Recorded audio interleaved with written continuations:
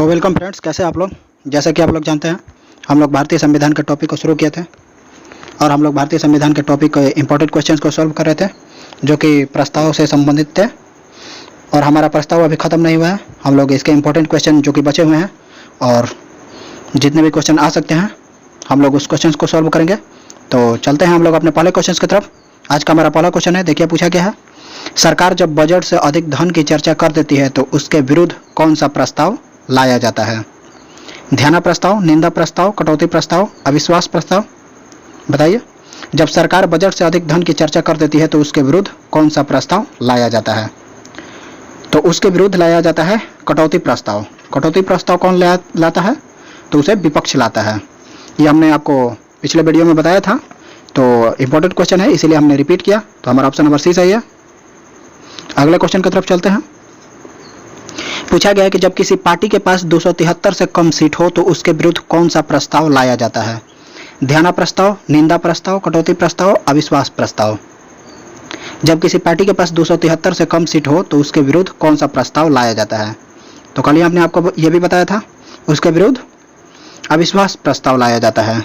जब किसी पार्टी के पास 273 सीट से कम हो या कम होने की आशंका भी हो तो अविश्वास प्रस्ताव लाना पड़ता है या विपक्ष लाता है। तो ऑप्शन नंबर डी सही है। यह अविश्वास प्रस्ताव सरकार को भी गिरा सकता है और मौजूदा सरकार को उस समय 273 सीटें दिखानी पड़ती है। अगर नहीं दिखाएगा तो उसका सरकार गिर जाएगा।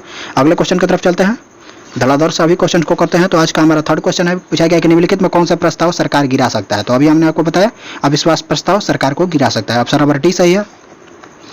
अगले क्वेश्चन की तरफ चलते हैं।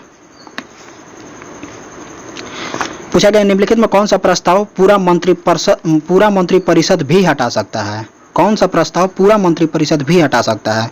ध्यान प्रस्ताव, निंदा प्रस्ताव, कटौती प्रस्ताव, कार्य स्थगन प्रस्ताव। तो इन्हीं ऑप्शन में से आपको बताना है तो कौन सा प्रस्ताव पूरा मंत्री परिषद भी हटा सकता है। बताइए। तो निंदा प्रस्ताव, देखिए अगर निंदा प्रस्ताव पूरे मंत्री परिषद के खिलाफ आएगा तो पूरा मंत्री परिषद को भी हटाना पड़ सकता है। तो ऑप्शन नंबर बी सही है। एक और प्रस्ताव भी होता है जो पूरा मंत्री परिषद को हटा सकता है और मंत्री परिषद क्या सरकार को भी गिरा सकता है। तो अभी हमने आपको बताया वह अविश्वास प्रस्ताव है। और एक निंदा प्रस्ताव भी है जो पूरा मंत्री परिषद को हटा सकता है। अगले क्वेश्चन की तरफ चलते हैं। अगले क्वेश्चन में पूछा गया कि किस प्रस्ताव के कारण अटल बिहारी वाजपेयी की सरकार 13 दिन में गिर गए थे। अविश्वास प्रस्ताव, निंदा प्रस्ताव, कटौती प्रस्ताव, कार्य स्थगन प्रस्ताव। मोस्ट इंपॉर्टेंट क्वेश्चंस, आप बताइए। तो अविश्वास प्रस्ताव के कारण ही अटल बिहारी वाजपेयी की सरकार 13 दिनों में गिर गई थी। तो ऑप्शन नंबर ए सही है। अगले क्वेश्चन की तरफ चलते हैं।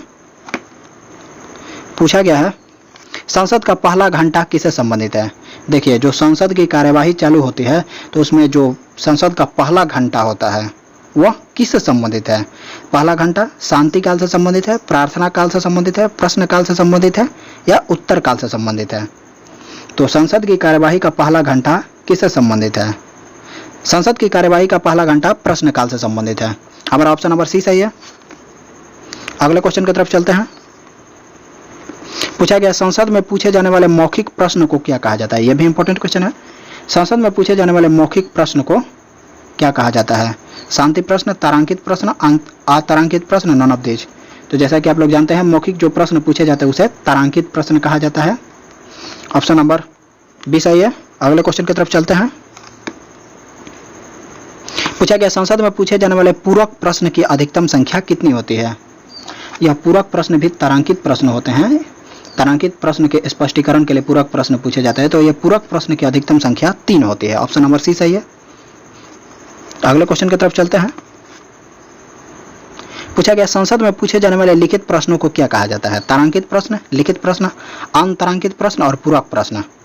तो संसद में पूछे जाने वाले लिखित प्रश्नों को अनतारांकित प्रश्न कहा जाता है। ऑप्शन नंबर सी सही है।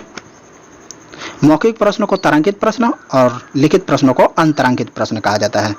यह इंपॉर्टेंट क्वेश्चन है, आप लोग इस शब्दों को भी नोट कीजिएगा। तो आज के हमारे इंपॉर्टेंट क्वेश्चन खत्म हो चुके हैं।